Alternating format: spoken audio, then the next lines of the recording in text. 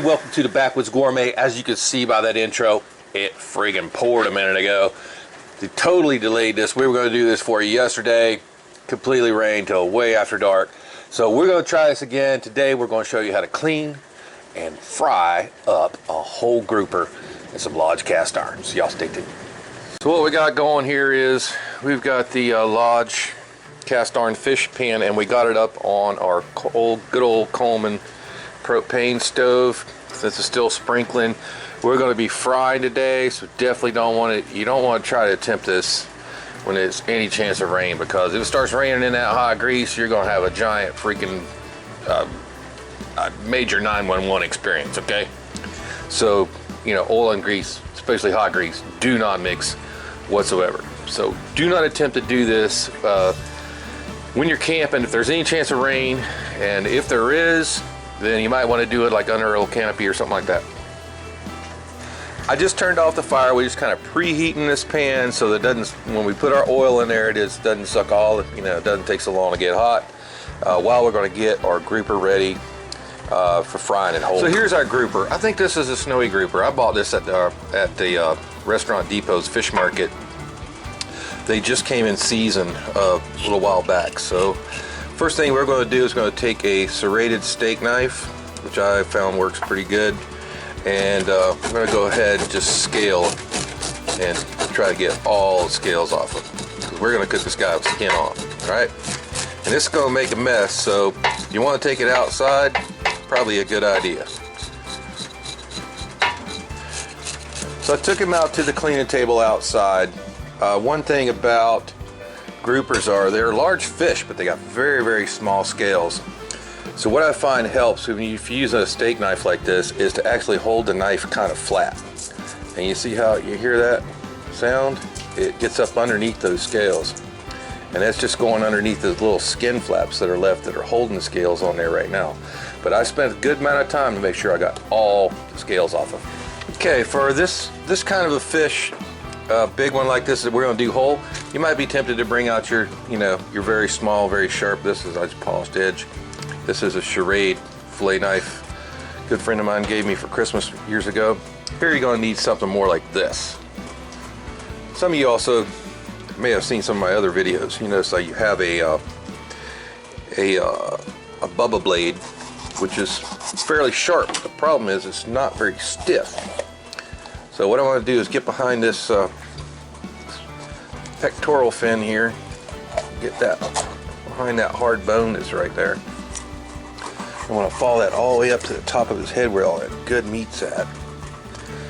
And we're just going to kind of go through whatever bones we need. That's why you need something fairly heavy. Gonna have some bones to cut through here, including this one up here behind the pectoral fin. Alright, through that one. Gonna leave this guy here on. That's cut all the way up there behind the head. Alright, gonna flip them over, do the same thing. Get behind here is a bone, this hard bone right there. You get behind that, follow it around. I'm trying to get the meat that's up in his gullet up here too. But there's this other bone that you gotta get through. Again, right on down through up the top of his head. These are expensive fish, and they're expensive even if you go to catch them yourself. This is an offshore animal for the most part, and you're gonna burn a lot of gas running out there to deep water where these guys live, especially here in Florida. So I'll get them cut that way. Make sure we're all the way through the meat there. I'm gonna break his head down like that. It should pop right off. Now, if you want to make a fish stock with that, be my guest, okay? I know some of you people are going to go like, you gonna throw that away? Maybe, maybe not. Last time we caught a nice snapper, we kept the head and the backbone and made a fish stock with it, which I used later in later dishes. Now I want to get this swim bladder out of him. It's super tough, okay? Sometimes you can peel it out. Most of the time you're going to have to cut it out. It's kind of like leather. This is what it should look like when it's all completely cleaned, gutted, cleaned, swim bladder out. Everything's all nice and cleaned up. I did end up taking those small fins down here off, and we went ahead and put them in our collection of crab trap bait because it was just all bone there. So you want to feel them over real good. Make sure there's no scales on them, and then we're going to get ready to prepare them for frying.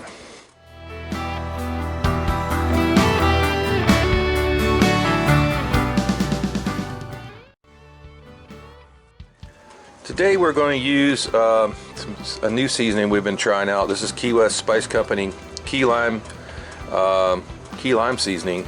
So this is seafood. I'm going to try it out on this grouper. And if you want to try this out, it's sold in some public stores in Florida. I don't know where other stores may have it, but you can also go to keywestspicecompany.com and buy it on their website.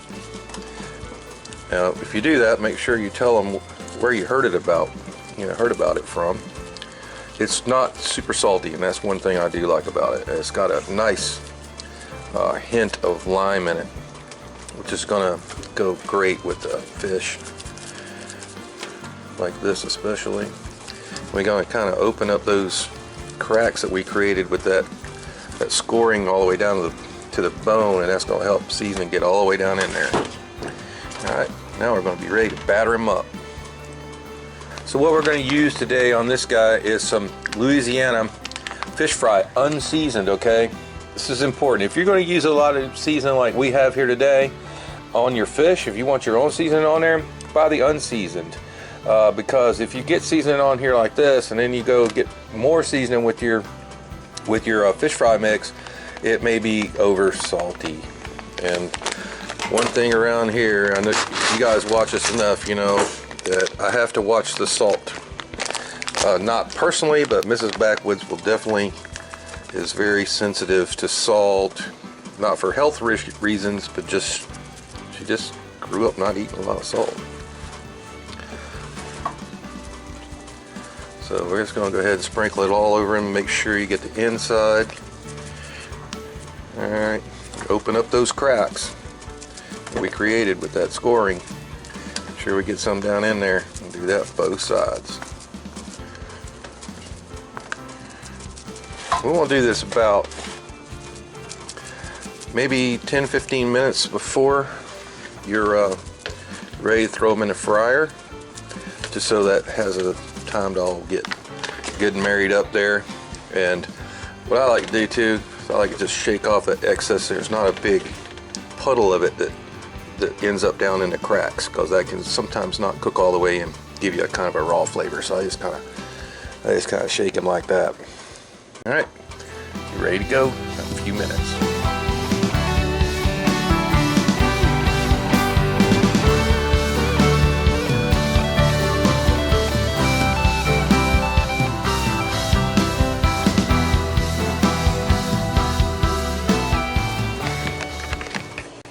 If you got it, use peanut oil here, but you're going to need at least about a half a gallon to a gallon of oil. We're probably not even going to have that much. Going to take a lot of oil for this size pan.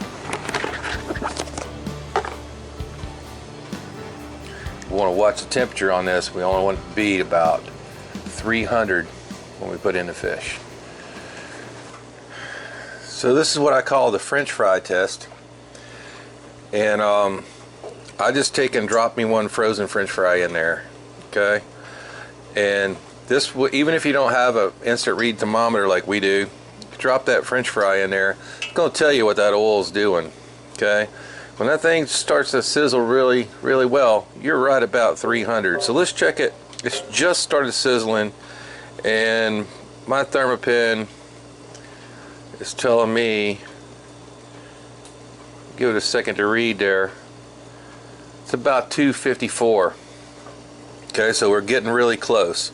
So as soon as that thing starts kind of sizzling pretty good, we want to get 300, because when we put that cold fish in there, that temp's going to drop. So normally I would cook fish a little bit higher temperature than starting out around 300, 325, around there.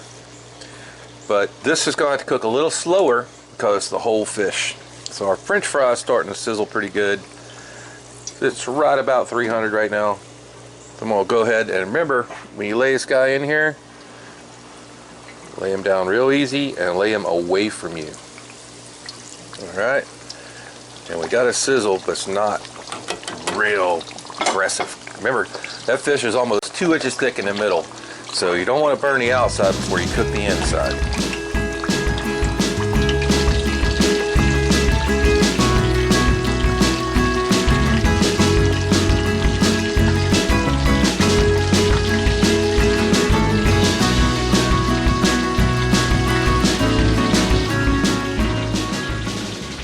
Now that fish is up and sizzling, I cut them fires back. I had it up on about medium high to get it ready. Now I'll cut it back to about medium. Because remember, you got a fire on this side, over here, and a fire on this side over here. The bottom of that pan is going to be a little hotter right above those burners. Okay? So we want to keep that oil circulating around a little bit, and we'll do that by stirring a little bit.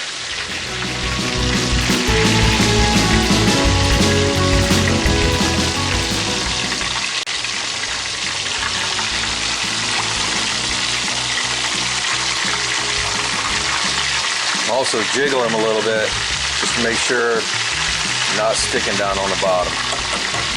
Another thing I like to do with a big fish like this, when you're doing it whole, I like to kind of splash some of that grease up in that cavity where the guts were, just so it gets nice and cooked and got a little flow up in there. It'll get nice and brown and crispy. So far, he seems like he's pretty loose on the pan. And going just about right. We're gonna have to get our big spatula, maybe 2, to flip this guy.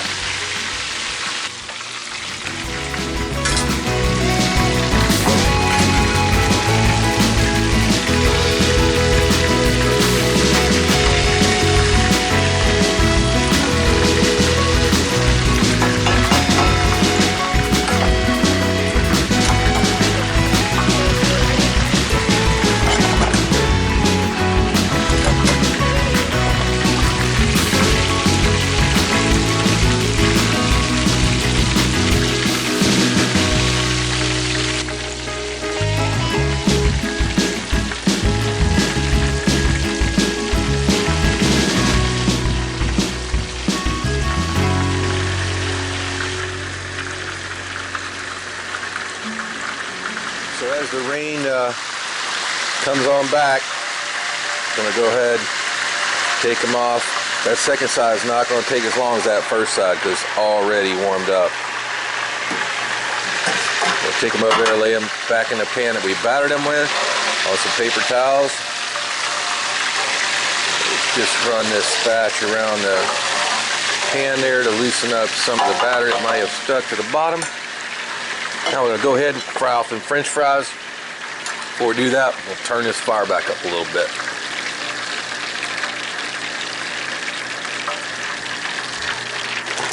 You already got hot grease. Now, make whatever kind of fries you want. We're kind of stuck on these sweet potato ones lately. But you can feed a whole lot of people out of this pan.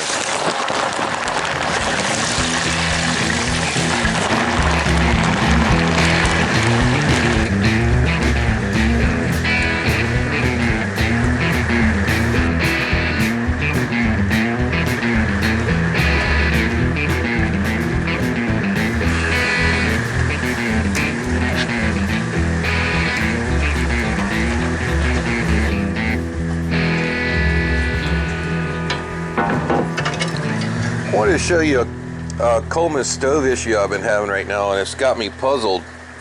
This was getting empty, so I changed up to 2 brand new bottles. So I have one right there and one right there. I put the 2 brand new bottles on there, and that's the highest flame I could get. Okay, it starts out, when you first fire them, they start out good, but then after that, they just go down to just barely a thing. Anybody know what's up? Leave us a comment right down in the comments channel or comment section. You know, I did make sure I disconnected these bottles a couple times, reconnected them. Like I said, when you first turn it on, pretty good. Then it goes to just this little thing. Let me disconnect it down here, see if there's any issues. Maybe there's something in the line, I don't know. So I took this out. I actually took a fish hook and ran up into that little port that goes up in there, kind of checked in here, wipe that out. It'll run one burner fine. I mean, it was working perfectly the whole time we were doing this cook, but as soon as I turn on second burner, I mean, there's no power. Bad bottles? Like I said, if you've had this issue before, let me know. Yeah, okay, old bottle back on. Crack it.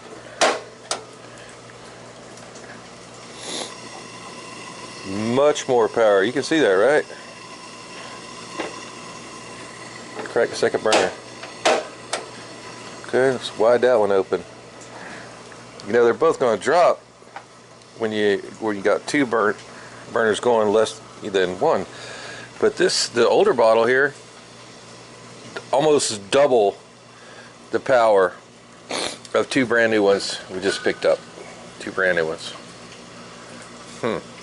Are you guys experiencing this with your Coleman little green bottles? Let me know.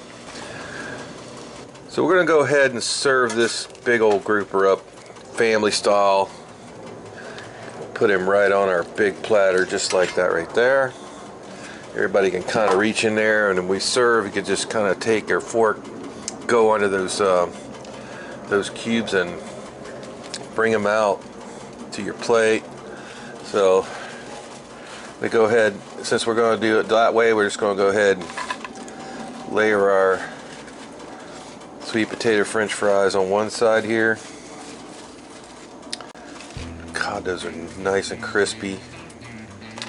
Cook those right there in that Lodge cast iron fish pan. All right, and then for this side, we made this earlier today. It's mango salsa. And if you want to see how we made this, I'm going to leave you a link to the recipe video that we did a little while back.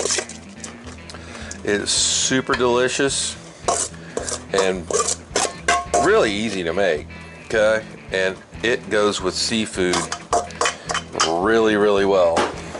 All right, for garnish, we got his couple of lime twists up here. And let's go.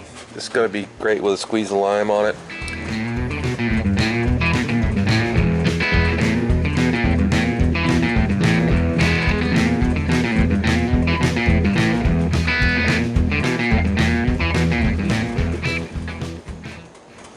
So I wanted to show you how to serve this up. You might have to give some instructions to your campers on if they've never had a whole fish before. I'm going to come over there and get a little bit of that, get a little twist. All right, and you just go right down to that backbone, and you can kind of just peel that fish chunks right up off of the backbone like that. All right, and you're not going to get hardly any bones. It's much like they do a fillet of sole. When they do a fillet of sole at your table in some fancy restaurant, they come out and actually separate it and serve it up to you whole like this. And let me tell you what, look at the juice in that. Alright, it's not overcooked. You want some of that, I know you do. And let's come over and get some of our, scoot that over a little bit. We'll get a few of our beautiful crispy sweet potato fries. Maybe a couple more. Maybe a pinch of cilantro more. Oop, our lime. It's fell down, so make sure you make that nice and pretty. There you go.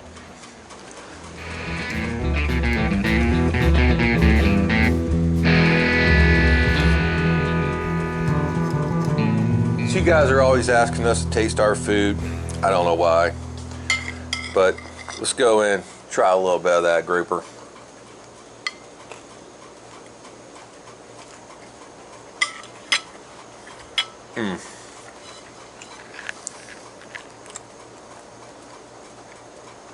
Moist on the inside, crunchy on the outside, and I can taste that Key West, a little bit of lime on there. And let's try some of that mango salsa. Wow. Sweet potato fry.